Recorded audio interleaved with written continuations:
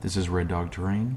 Welcome back to the shed. Today we're building a Hobbit hole book nook.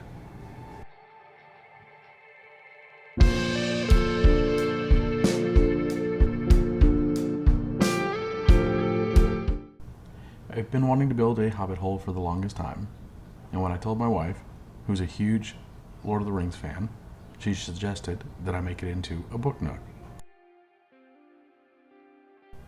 So I made some plans and grabbed some scrap pieces of foam, and I got to work.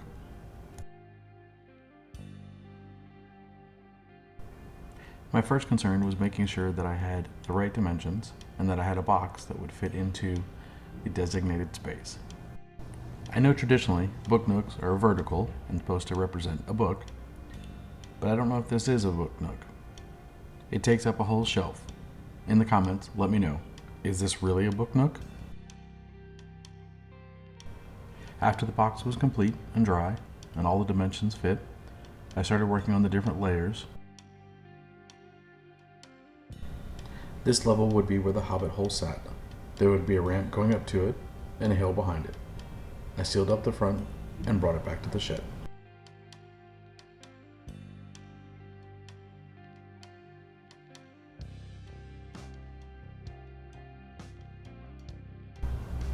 I stacked up some scrap, thick XPS foams. With a few toothpicks, I jammed it in to keep them from moving. I used my handheld wire cutter to make the ramp.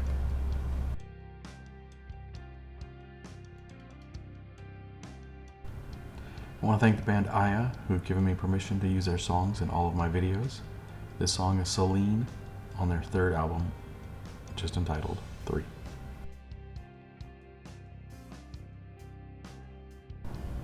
Off camera, I made wooden steps, and then I traced them onto the ramp and dug in with my X-Acto knife so they would be recessed into the ground.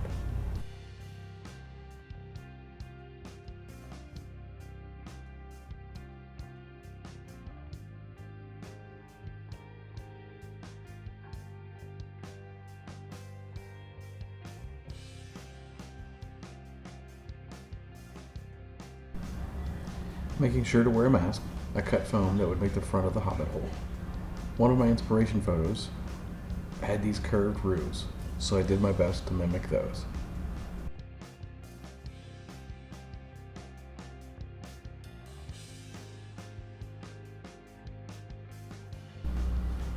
With cheap dollar store foam board, I cut strips that were about an inch long. I textured them with my gnarly wire brush to make them look like wood, and then bent them to fit the roof line.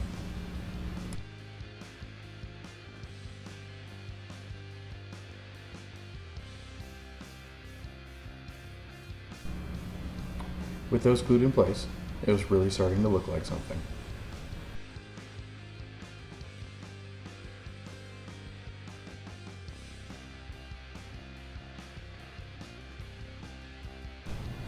I cut out circles for the windows, then I bisected the circle and glued it back in. I glued in 3D printed windows. 95% of what I make isn't 3D printed. I've made windows out of foam before, but man, the juice isn't worth the squeeze. They look so much better and are so much easier with the 3D printed ones.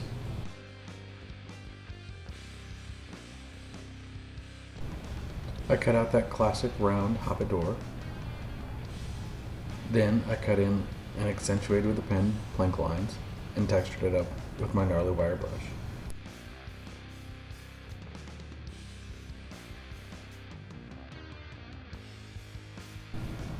Does anyone actually know why hobbits have round doors?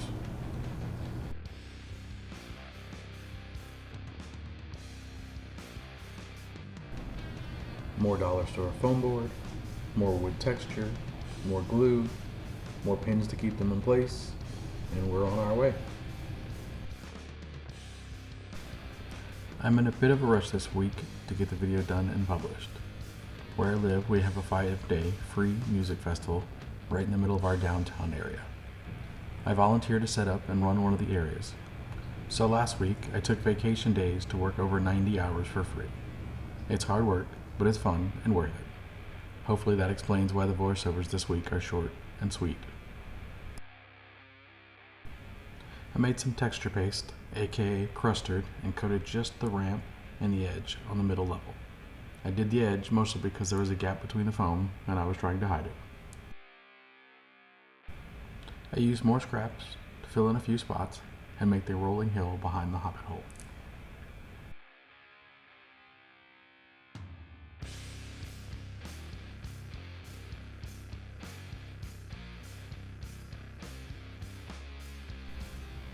This next part was super challenging for me. I tried to paint the sky, a beautiful dark blue sky that slowly faded into a light gray and then a baby blue as it got closer to the horizon.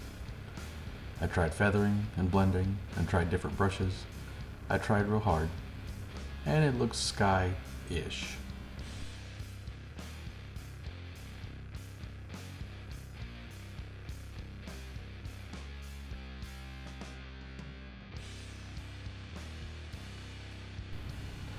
I coated the front of the house in the secret sauce, which of course is just Mod Podge and black paint. All the rest would be covered up, so no need to paint that. The black paint and Mod Podge helps protect and seal the foam. Next, I made a wet batch of sculpted mold. I used it to fill in the gaps and add texture. When it was about halfway dry, I used a wet brush to smooth out the spikes. Maybe it was a little too wet. This took 2 days to dry.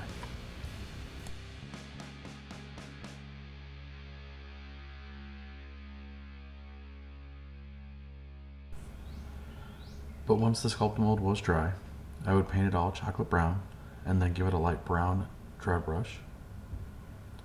I would paint the front of the house golden yellow. The beams and roof would get painted tan. That iconic round door would get painted a bright teal. I'd also use UV resin to make glass in the windows.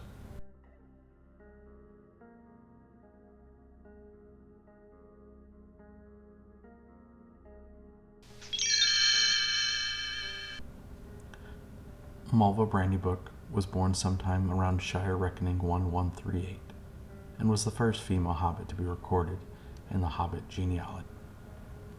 She was married to Gormadoc Deep Delver Brandybrook and had 3 sons, Madoc, Sadoc, and Marok. She was exceptionally proud of her Hobbit hole. Nestled deep in a steep hill, it was colorful, beautiful, and brimming with life and nature. On many early mornings, she could be found sitting on the bench her husband had built, listening to the birds and watching the flowers and grass dance with the wind. She remembers the day the old wizard came to the Shire. It had been such an exciting day. A clutch of robins had all hatched, and her friend Pearl Took had brought her a fresh baked rye bread. Such a good day.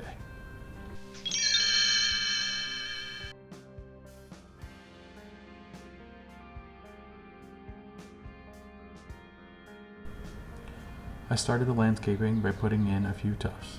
Some of these might have been strategically placed to cover up spots I hadn't painted properly. Next went in the big clump foliage.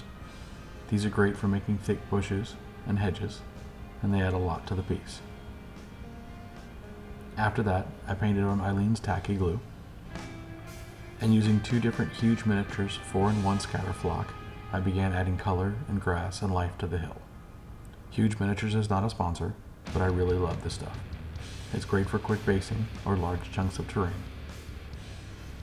Also, whenever I shake off excess grass and flock, I keep in a jar. It is a wild blend of everything. I use that here too.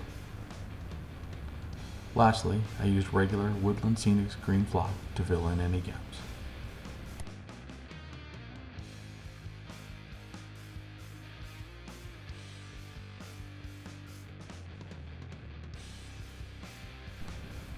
I made a simple bench and flower pots out of some fancy beads. After a few flower tufts and some sticks for logs, this build is done. Thank you for watching, and thank you for encouraging me along this journey. Thanks to my wife for giving me this challenge. I really enjoyed it.